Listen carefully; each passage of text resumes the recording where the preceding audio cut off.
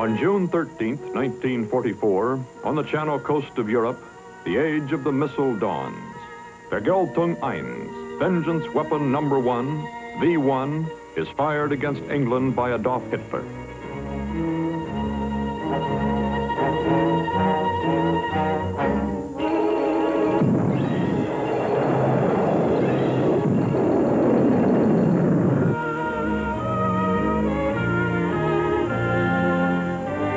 London, battered, bloody, but unbowed after 4 years of bombing, looks to the skies, bewildered. What is this strange object? The Allies have landed in France. Surely the war is almost over.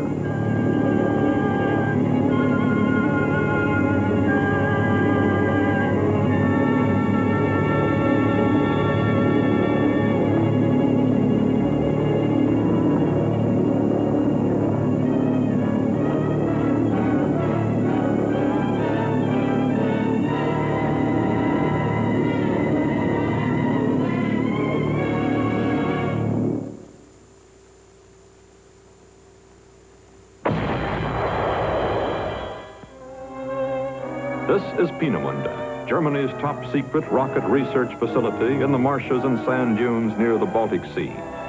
Here in 1937 and 38, the guided missile is moving from the drawing boards to reality. The Germans, defeated in World War I and restricted by the Treaty of Versailles, turned to new arms. Military rocketry experiments started as early as 1929, before Hitler's rise to power. By 1932, Walter Dornberger had gathered around him in the Army Weapons Department a specialist staff, headed by a 19-year-old prodigy, Wernher von Braun, a name now famous in the unfinished narrative of space flight. Like all pioneering, the way at first is hard. The Germans are reaching toward the infinite. Money is sparse, scoffing general. Little is known about the exotic science of missiles and liquid-propelled rockets. Von Braun and his assistants dabble like ancient magicians in volatile, explosive, and powerful chemicals. Slowly but steadily, at Peenemünde, in the machine shops, in the laboratories, on the test stands, the resurgent military strength of the Third Reich is developing the strange new technology of the 20th century. Germany is moving, though with little urgency, toward the new era of robot war.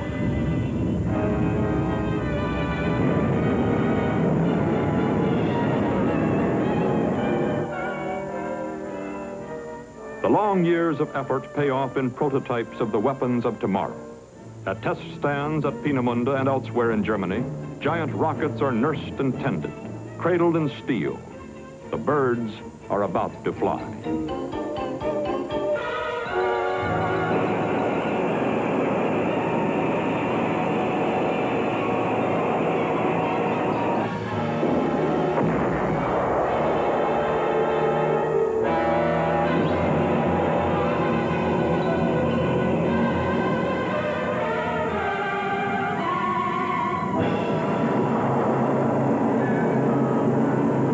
All the tests are failures.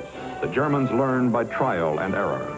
In 1939, the year when World War II starts and the lights go out in Europe, Hitler witnesses for the first time the progress achieved in the development of liquid-propelled rockets. He is unimpressed. He does not grasp the meaning of tomorrow. Well, he says casually in departure, "Es war doch gewaltig." It was grand.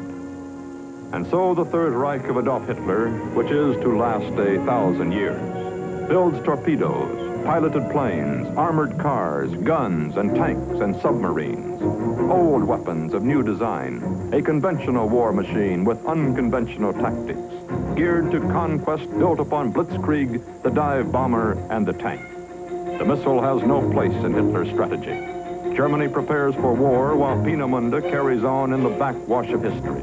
And the appeasers are asking, who wants to die for Danzig? Der Feldzug der 18 Tage, the campaign of the 18 days. The Blitz commences in Poland in that somber September of 1939. Hitler starts upon the paths of conquest.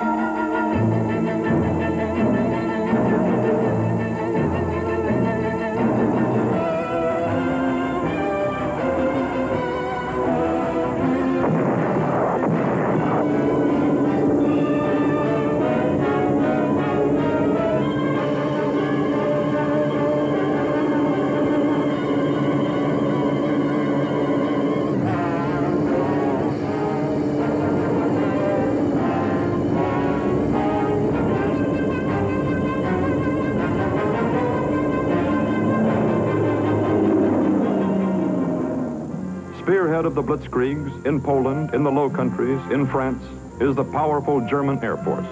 Its crack pilots, flushed with victory, are certain of their invincibility. Tomorrow, the world.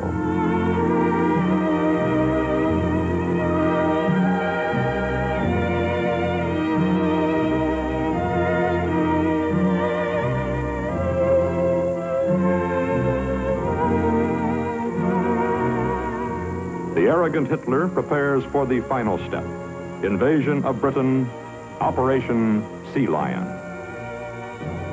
Reichsmarshal Hermann Goering gives the order. The Luftwaffe will crush Britain from the air as a vital prelude to amphibious and paratroop attack. Certain that his war machine is supreme, Hitler strikes the long-range rocket from the list of military priorities. Peenemünde, cradle of future weaponry, is forgotten and forlorn. Wir fahren gegen England. We are sailing against England, resounds across Germany. In August 1940, the Battle of Britain opened. Hitler hurls 2,300 planes into the Adler Angriff, the Eagle attack, against 704 British fighters. The Luftwaffe is contemptuously confident.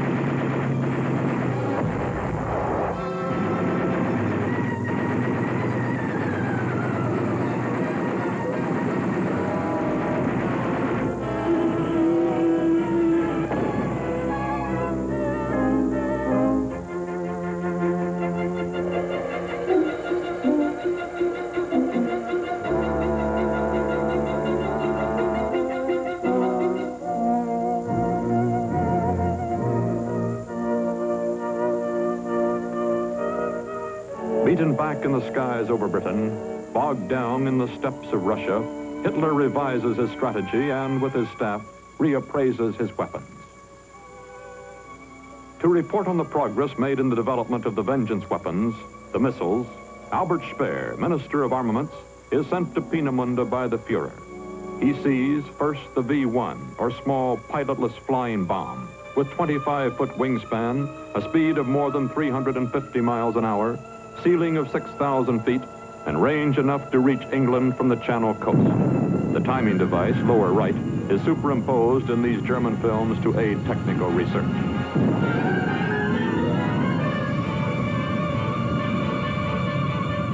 And then, Vengeance Weapon 2.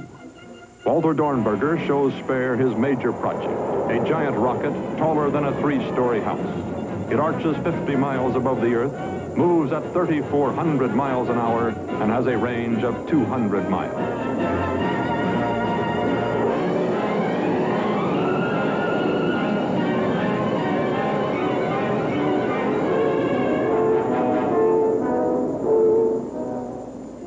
Speer is impressed. He tells the Peenemünde scientists that he will urge Hitler to give top priority again to both V-1 and V-2. Speer reports to the Fuhrer, and by July 1943, Hitler is at last convinced. Peenemünde and its family of robot missiles are given top priority. What I want, says Hitler, is annihilation, annihilating effect. Peenemünde expands its facilities in the great push its scientists have been waiting for. The die is cast.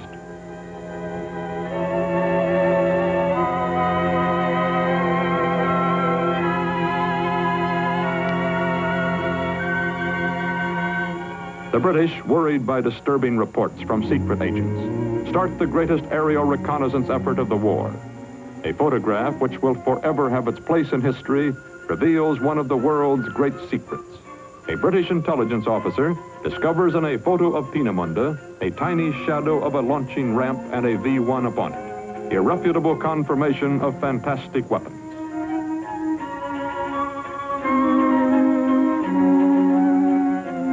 The British people are not told, but the Royal Air Force is ordered to bomb Peenemünde and the entire German.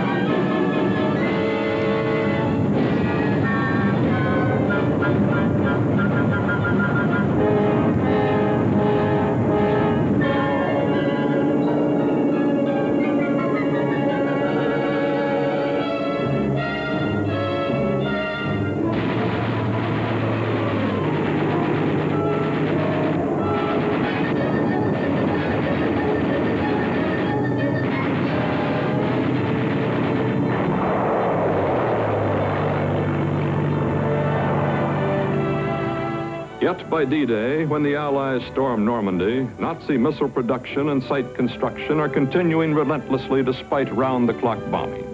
Now it becomes a race between the Allied ground advance and the German missile threat, a race in which Hitler wins the first heat. The V-1s are launched against London.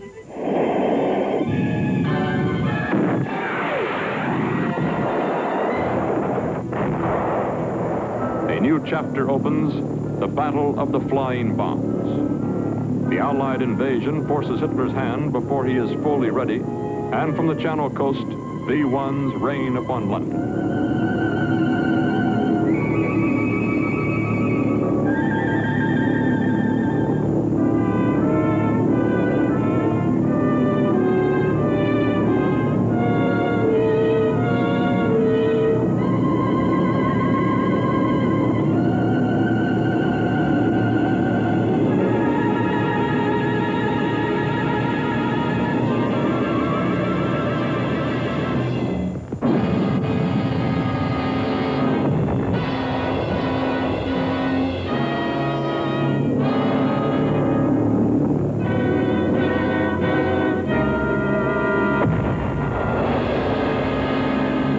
Unsuspecting England, battered by 4 years of war, has hoped with Allied air control for respite. But it is not to be.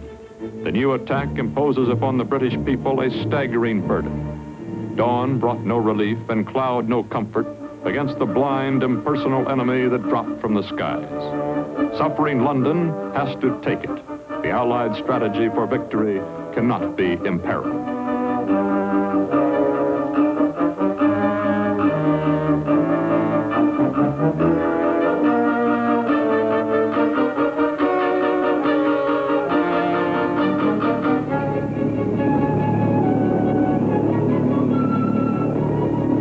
The V-1 is a stoppable weapon. The British track it with radar, shoot it down with fighters, check it with a balloon barrage, blast it with guns.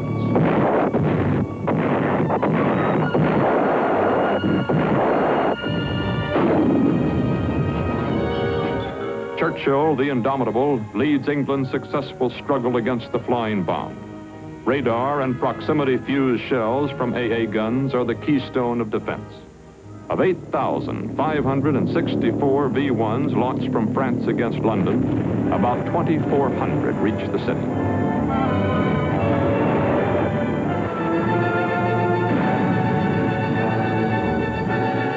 During that fateful summer of 1944, as the Allied armies drive toward the Rhine, the V-1s are fired against London. It is still a race between the struggling armies advancing on the missile launching sites and the dwindling power of V-1. For Peenemünde, where a mysterious cargo is trucked out with great secrecy, and for Adolf Hitler and his Third Reich, it is now the 11th hour. The V-1 has failed, it is slow, its launching sites are vulnerable, the Allied armies have moved too fast. It is time, high time, for the final desperate card.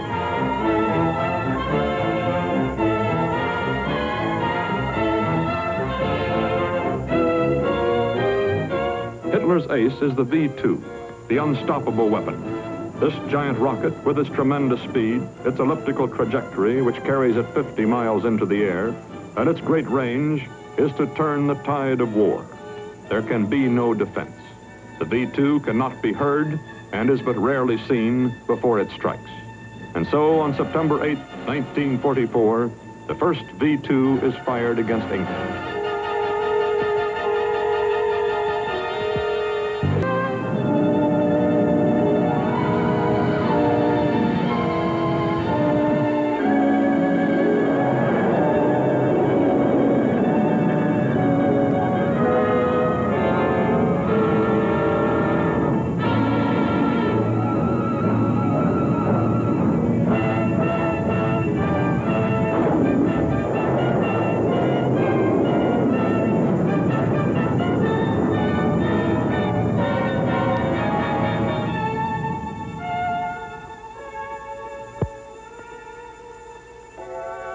With the V-1s defeated, Britain has just announced the Battle of London is won.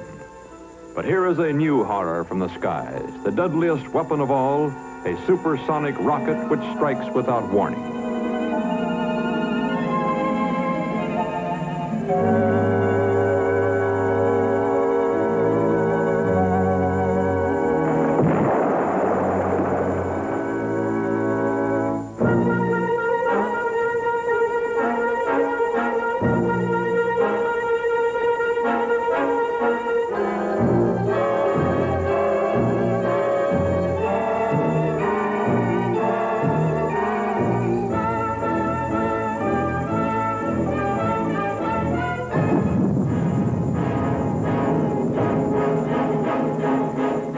So again, London burns and shudders.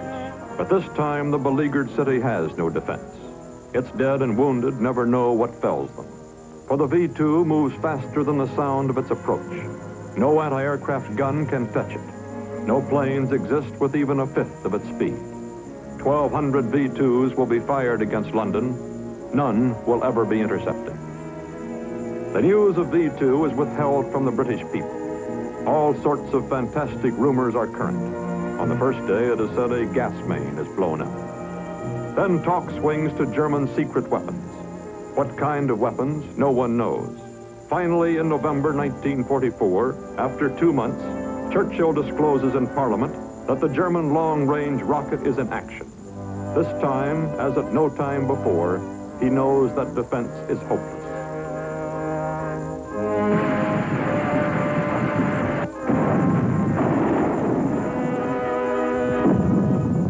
Again, the battle, a race against time, depends upon the Allied ground armies, tanks and guns and foot sloggers, the big battalions. For suffering London, the only defense is capture of the V-2 launching sites. The troops advance, but the rockets leap skyward, a desperate, maniacal barrage of death and destruction. For 7 long months, as the Allied armies overrun Europe and the awful race of man against missile continues, there reigns upon England a ghastly dew. Had the V-2 been employed 6 months sooner, invasion of Europe would have proved exceedingly difficult, General Eisenhower writes, perhaps impossible.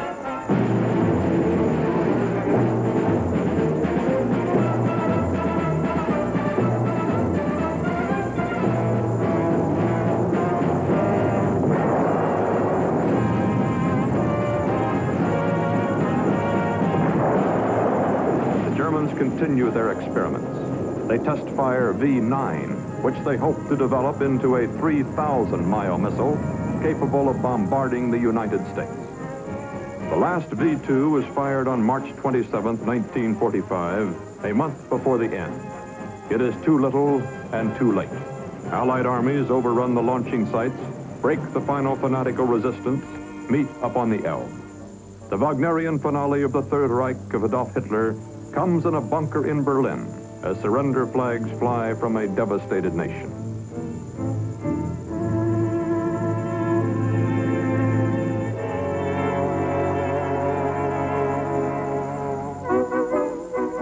The Allied world goes wild with the heady wine of victory.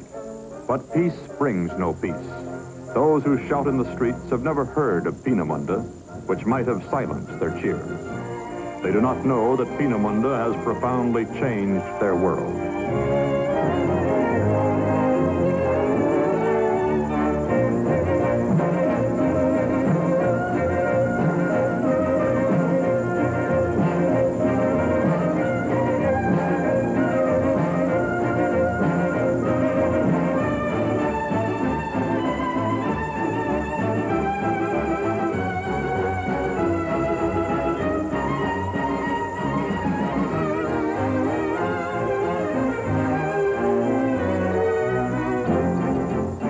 For defeated Germany, it ends where it began. The German missile facilities, shattered by bombing and now a monument to futility, are captured by the Allies. Peenemünde, birthplace of the giant long-range rocket, falls to the Russians with the secrets that have altered history. Now begins Operation Paperclip, the American race to capture the German rocket scientists before the Russians do. A forecast of the United States and Soviet conflict to come. Von Braun, Dornberger, and other leading Peenemünde scientists escape to Bavaria and give themselves up to the Americans. The Russians get a few of the lesser men.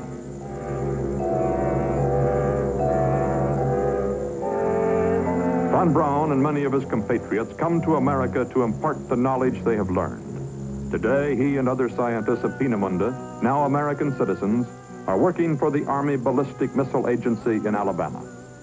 The rockets Von Braun built at Peenemünde were but a prelude to America's space-devouring missiles of today. Which shall it be? Descent to the abyss, pathway to the stars.